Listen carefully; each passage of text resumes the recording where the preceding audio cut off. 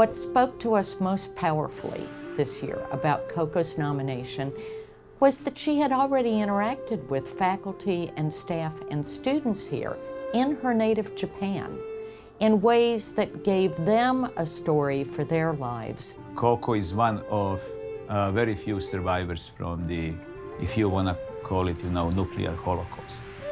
Nobody deserves to go through these experiences. When you say you're gonna meet a survivor of Hiroshima atomic bomb, I think the expectation is that you're gonna hear a sad story. Coco didn't come across like that, and so it was quite surprising. Coco is unforgettable as a person because she's such a strong personality and such a character. By bringing Coco, we are bringing to them a piece of history, but more importantly, along with the piece of history, we are bringing them the message which transcends time. And that is something that the true process of learning and understanding what we are talking about needs to possess.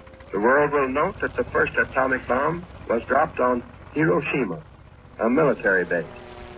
We won the race of discovery against the Germans. We have used it in order to shorten the agony of war, in order to save the lives of thousands and thousands of young Americans. We tend to think about the destruction of Hiroshima and Nagasaki just in terms of its immediate effect. And people forget in Hiroshima that 100,000 additional people died in the year after the dropping of the bomb. She was less than a year old, so she has no memory of the event, but hers is a powerful story of how it affected her city, how it affected her family and her life. She is not a survivor only of one calamity, of the 20 kiloton of the nuclear weapon or atomic bomb. She is a survivor of humanity's decision to employ that and humanity's fight that we never witness that again. She has been such an ambassador of reconciliation, transforming opportunity into peace studies, and bringing cultures together and bringing people together that might not see that they have much in common. For Americans, the bombing of Hiroshima is usually seen as an end point. Coco's story is a great example of how this is a beginning. It was May 11th, 1955 when Coco was invited to the television program This Is Your Life. And on that program, she met the co-pilot of the Enola Gay, Captain Robert Lewis, and he had such remorse in his voice.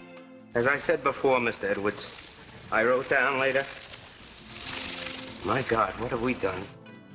It was a day that changed her life. She's quite frank when she tells her story about the anger that she felt for years. About the whole situation of the atomic bomb and against the Americans, and feeling a kind of sense of revenge, and seeing the remorse in Captain Lewis's words just gave her pause and realized that no, it was not about hating him or hating the Americans. So the Coco perspective is a story about changing from denial maybe, or anger about something, or asking question, why did that happen to me, to my family, to my people? When we look at the event that Coco attributes to changing her life, she was just 10 years old.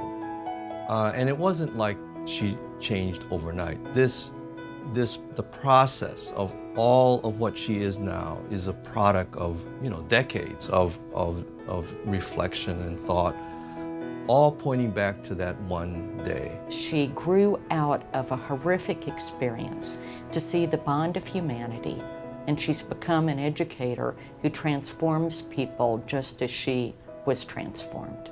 When I showed the story of Coco's transformative learning, several of the students in my class were from war-stricken areas, Bosnia and Palestine and so forth.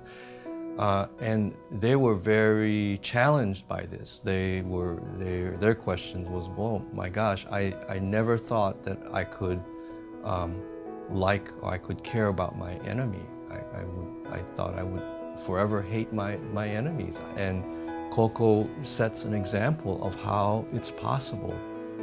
They were saying, "I want to become like her." So the starting point for each one of us needs to be, how do we transform ourselves through our learning experiences, through our interaction with others, to have the influence in the world that we wish to have? I think what comes to mind is the Zen master Taitsu Kono, who says, "When I change, the whole world changes." First transform ourselves, and then transform the world.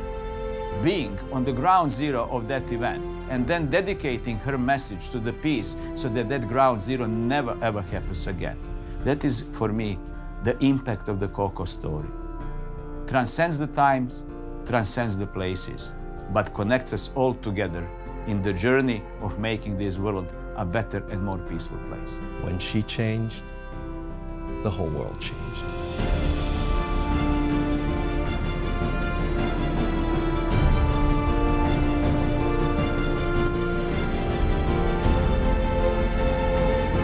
So Coco, welcome to St. Louis. You know, we've been wanting to have you here for a number of years now, and so finally you're here, and so you really honor us by being here. I know that your message of peace and reconciliation is one that will benefit students. We are delighted to have you here. We are delighted that you are now and forever going to become part of our family. Family which respects you, family which loves you, and family which is going to cherish your message. I want to welcome you, Koko Kondo, on behalf of the entire Webster University community. Congratulations on the eminent award of your honorary degree. We're honored by your presence, and we're grateful to you.